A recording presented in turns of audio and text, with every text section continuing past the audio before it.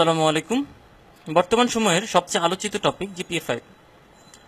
মাছরাঙা টেলিভিশনের সেই কথিত সাংবাদিক আনোয়ার হোসেন হলো সাংবাদিকতার এক উজ্জ্বল দৃষ্টান্ত স্থাপন করেছেন।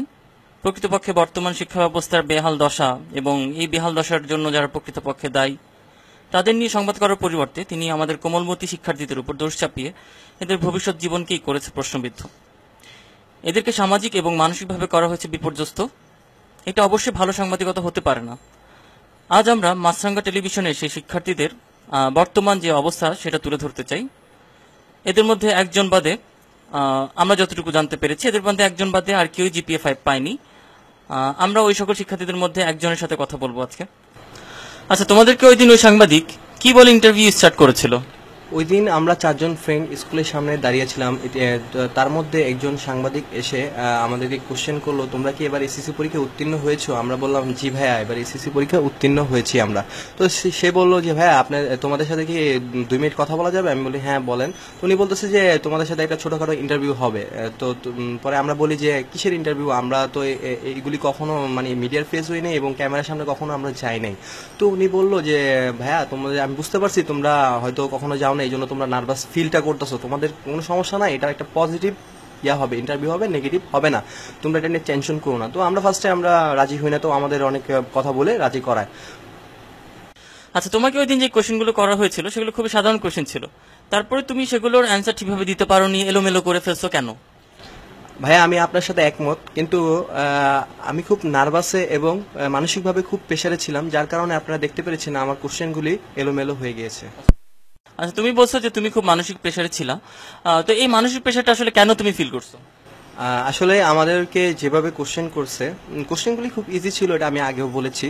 তো হয়েছে কি, আমাকে যখন কোশ্চেন করে জিপিএ এর পূর্ণরূপ কি, ফার্স্ট কোশ্চেন থাকে আমাকে বলে যে কোশ্চেনটা, তখন আমি বলি যে আমি একটু ভাবার, তখনই উনি বলে ক্যামেরা কাট করতে বলে যে এত সময় তো নেওয়া যাবে না, তোমাদের তো ভিডিও মানে কাজ চলতেছে, তো তোমাদের প্রবলেম হবে। তো আমি ভাইয়া বলতেছি যে ভাইয়া এটা একটা কোশ্চেন করলে, একটা সাধারণ জ্ঞান বা যে কোশ্চেনই করেন আপনি, এটা ইজি হোক বা হার্ড হোক, অন্তত 10 সেকেন্ড সময় লাগে তাকে তার ভেবে অ্যান্সার দিতে হয়। হঠাৎ করে কেউ কিন্তু অ্যান্সার দিতে পারে না। তো সেই ক্ষেত্রে সে আমাকে বলে যে তোমাদের একটা টিপস শিখে দেয়। কি টিপস? তোমরা যদি কোনো কোশ্চেন পারো না বা ভাবতেছো, সময় লাগে কোশ্চেন ভাবতে, অ্যান্সারটা দিতে, তো তোমরা ডাইরেক্ট বলবা জানি না। তুমি কোন গ্রুপে পড়াশোনা করেছো এবং তোমার রেজাল্টটা কি?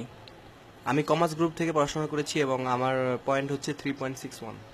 আচ্ছা, তোমাদেরকে ওইখানে যে বলা হয়েছিল যে মানে 6 জনই প্লাস পাইছিল, এটা কি আসলে সত্য? না, এটা আসলে সত্য না।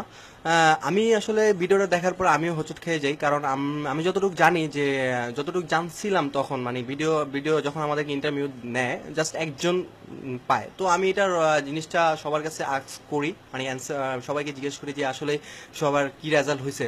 তো বেশিরভাগই আমি অ্যান্সার দেখছি যে ওরা পয়েন্ট পেয়েছে, অনেকে 4 পয়েন্ট, অনেকে এরকম সামথিং পেয়েছে। এই প্রতিবেদনটা প্রকাশ হওয়ার পরে তোমাদেরকে নিয়ে ফেসবুককে বিভিন্নভাবে ট্রল করা হচ্ছে, মজা নেওয়া হচ্ছে। এই অবস্থায় তোমাদের আসলে মানসিক অবস্থাটা কি? মানে তোমার মানসিক অবস্থাটা কি? ফার্স্টলি থেকে আমি শুরু করব। আমি যখন ফেসবুকে ঢুকি তখন আমি দেখছি নানা ধরনের ট্রোল বানাচ্ছে, তারা বানিয়ে পাঠাচ্ছে, স্ট্যাটাস দিচ্ছে, অনেক নেগেটিভ স্ট্যাটাস, যেটা দেখে আমি খুব অবাক হয়ে যাই। এবং আমি যখন ওই সময়টা, আমি আপনাকে বলে বোঝাতে পারবো না ওই সময়টা আমার মধ্যে কি কাজ করতেছিল। আমি পুরো ভেঙে গেছিলাম, আমি মানসিকভাবে পুরো ভেঙে গেছি। আমি কি বলবো, আমি ফেসবুকে ঢুকলে আমার ফ্রেন্ডরা আমাকে যেসব কথা বলে, আমাকে মেসেজ দিয়ে, ফোন দিয়ে, ওভারঅল আমাকে খুব প্রেশারে রাখছিল, আমি খুব ভেঙে গেছিলাম। তো আমি 2 দিন ধরে বাসাতে বের হই নাই। আমি এর পরের দিন বের হয়েছিলাম বিকাল টাইমে। ভালো লাগছিল না আমার একা একা সারাক্ষণ বাসায় একা একা বসে থেকে। আমি যখন বিকালে বের হই তখন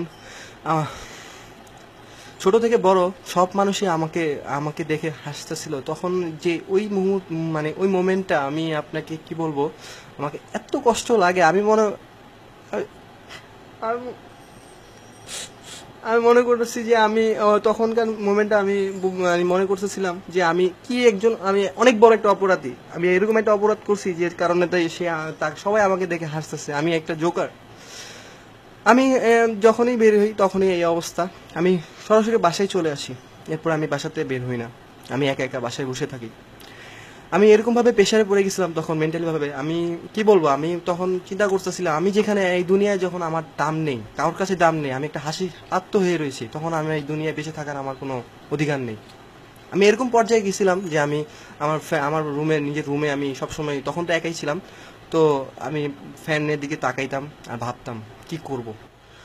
এটা আসলে খুবই সত্য কথা যে ওই সাংবাদিক তোমাদেরকে যে হেয় প্রতিপন্ন করার উদ্দেশ্যে এই প্রতিবেদনটা করেছিল, এটা আসলেই মানুষ হিসেবে এটা করাটা ঠিক হয়নি তার জন্য।